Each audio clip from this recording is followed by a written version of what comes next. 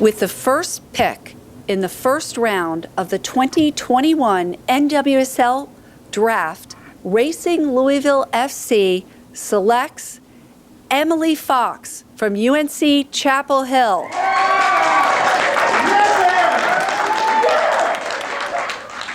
I'm really humbled and I'm so excited to be a part of the club and part of the NWSL now.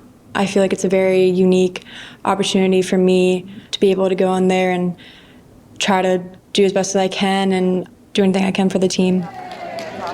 It was really special and definitely something I'll remember for a long time.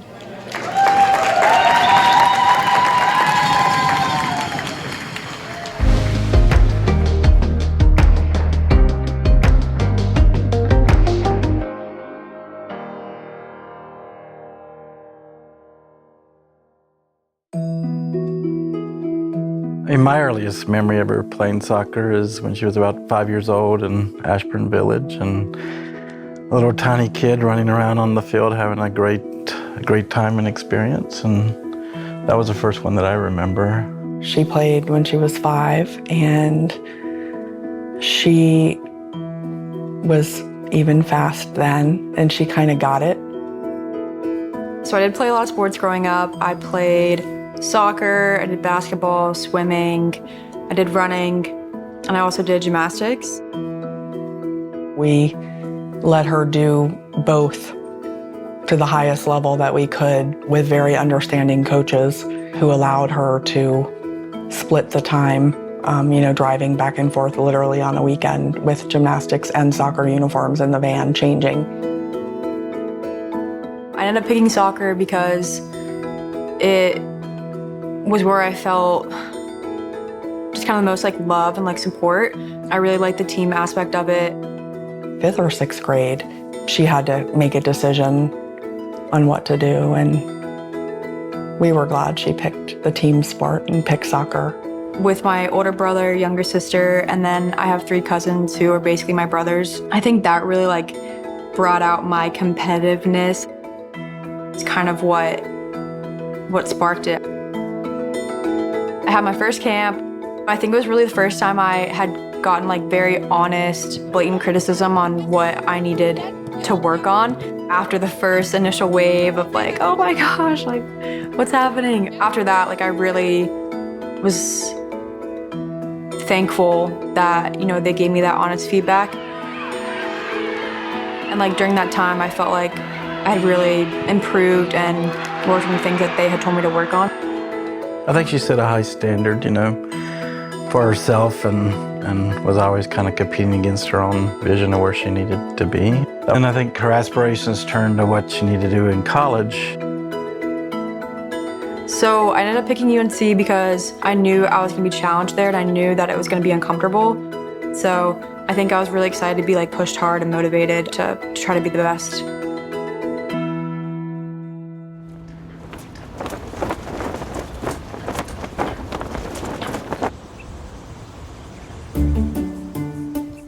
She was so ambitious and determined to be as good as she could be. I mean, I just loved her. She, even as a college kid, she trained like a professional. You would see her out there after practice just working on her craft. And as a result, I mean, you saw her get better constantly. Watching her train in every practice, it was like, I'm going to get better today.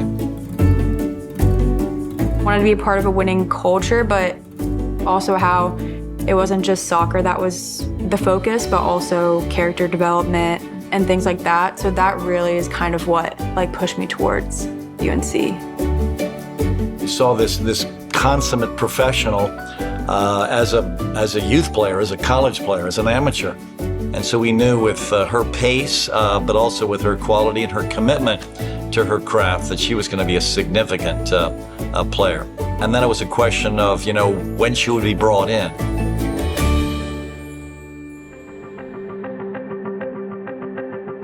My first cap was in 2018, played Portugal.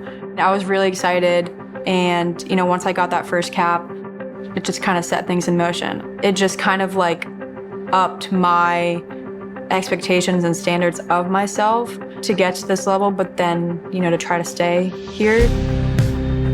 It's very amazing. I don't really think it's sunk in yet. Definitely a lot of emotions. I mean, this is a dream of mine, and I'm happy that we were able to get a win.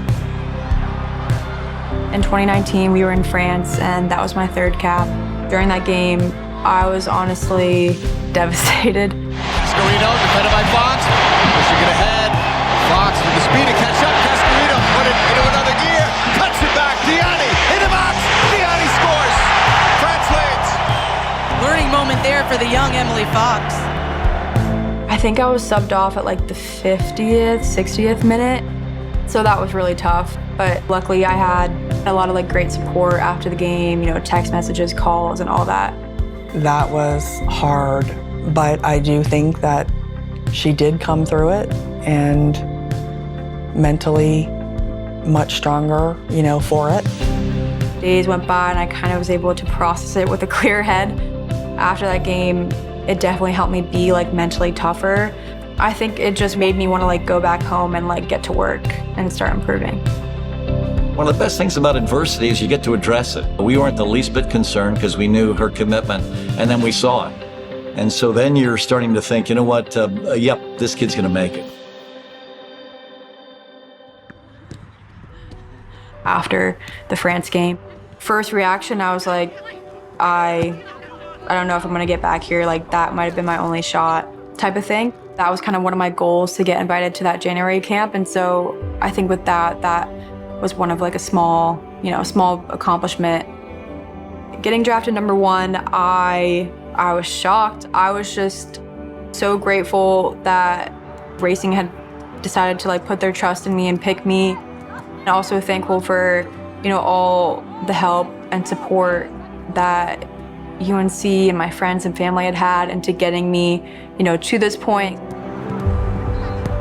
So then when I headed to Louisville, I think seeing the training facility, seeing the stadium, that really kind of made me realize like, wow, like this is legit, this is real, like this is where I'm gonna be. I feel like she's still just working so hard, trying to get better all the time and learning how to be a professional. I'm just so happy for her, mainly, that she just keeps making it. One thing I noticed like quickly after starting playing games is just how competitive the league is. And so I think with that really upped my game.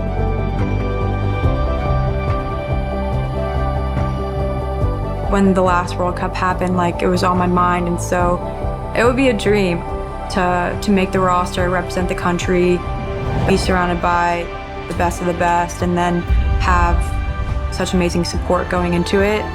It's very exciting and really surreal to imagine.